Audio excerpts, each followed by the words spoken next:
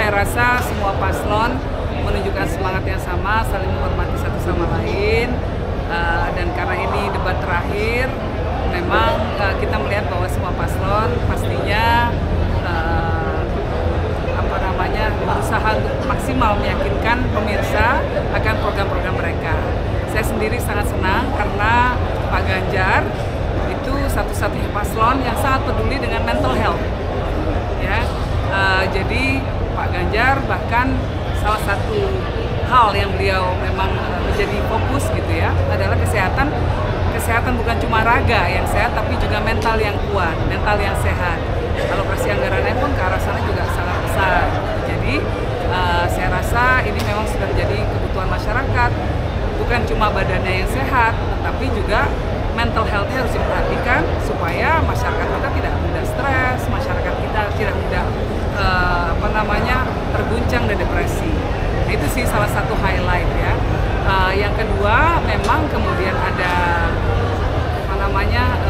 banyak yang mempertanyakan, dua paslon mempertanyakan soal tata kelola pembagian bansos, dan saya rasa itu baik bahwa itu diungkap ke publik supaya publik juga bisa melihat langsung. Semua mendukung pembagian bansos, namun kita menginginkan agar tata kelola pembagian bansos itu betul-betul untuk kebutuhan masyarakat dan bukan untuk kebutuhan politik sesaat saja. Kalau melihat keseluruhan dari debat terakhir hari ini yang ditunjukkan oleh Mas Ganjar, apakah yakin akan mungkin sedikit menaikkan elektabilitas walaupun yakin ini akan bisa menjadi? Ya, kita berharap bahwa apa yang diutarakan oleh Mas Ganjar malam ini bisa meyakinkan lebih banyak lagi publik bahwa Mas Ganjar memang layak menjadi pemimpin di Indonesia. Karena Mas Ganjar banyak sekali ya yang apa yang dikatakan oleh Mas Ganjar itu bukan sekedar janji, tapi memang banyak hal sudah dilakukan oleh beliau. Ya, untuk terutama untuk pendidikan, gaji guru di Jawa Tengah sudah dinaikkan oleh Mas Ganjar sesuai UMR,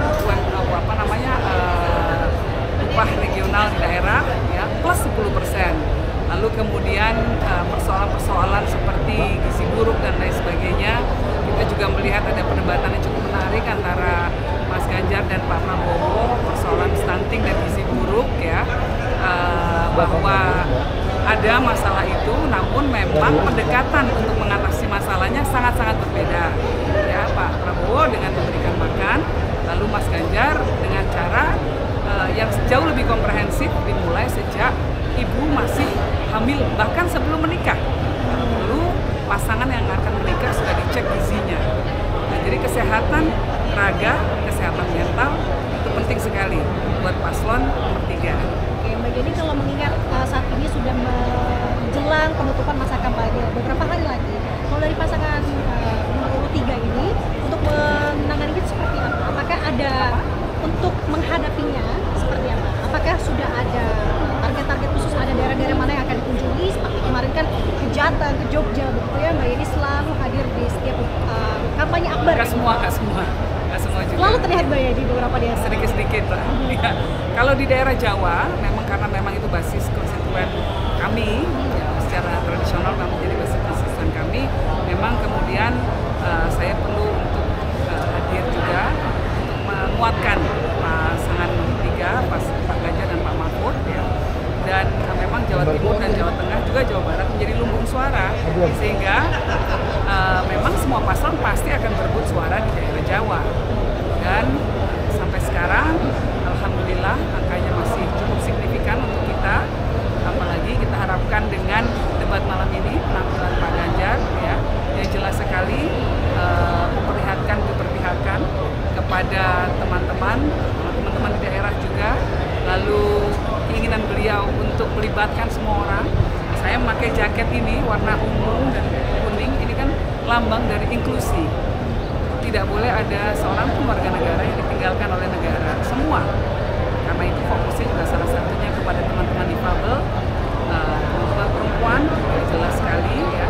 Seniman pun harus disertakan, bahkan mereka menjadi salah satu pelaku untuk menciptakan ketahanan mental di tengah-tengah masyarakat. Nah, Pak Ganjar juga mengingatkan agar seniman diberikan kebebasan, ruang untuk berekspresi, jangan diintimidasi. Karena mereka lah yang bisa menjaga kewarasan kita sebagai bangsa. Dengan satire dan lain sebagainya itu kan mengingatkan penguasa, siapapun yang akan jadi penguasa, bahwa mereka harus memperhatikan suara rakyat. Itu caranya dengan memakai seni ya, sebagai medium ekspresi. Oke, Bu.